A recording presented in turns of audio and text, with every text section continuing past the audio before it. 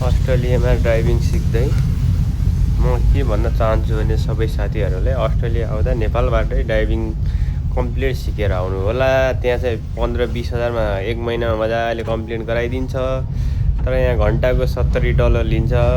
At least 6 देखि 10 घन्टा यहाँ फेरि सिक्नुपर्छ। त्यस कारणले चाहिँ नेपालमै सिक्दाखेरि यहाँ सस्तो पर्न नेपालमा सस्तो पर्न जान्छ, यहाँ महँगो पर्न जान्छ डलरमा। त्यस कारणले अब म पनि हुन त 1 महिना सिकेको हो, तर यहाँको रुल एन्ड रेगुलेसन थाहा पाउनलाई मैले 10 दिनको क्लास लगेको नेपाली दाईसँगै। नेपाली दाईको ड्राइभिङ सेन्टर रहेछ, एकदम राम्रो सिकाइरहनु भएको छ। आज 4थो दिन हो। अब तर यहाँ नेपालमा भन्दा यहाँ चाहिँ अलिक गाह्रो छ। यहाँको नियम कानुनहरूमा चल्नुपर्छ।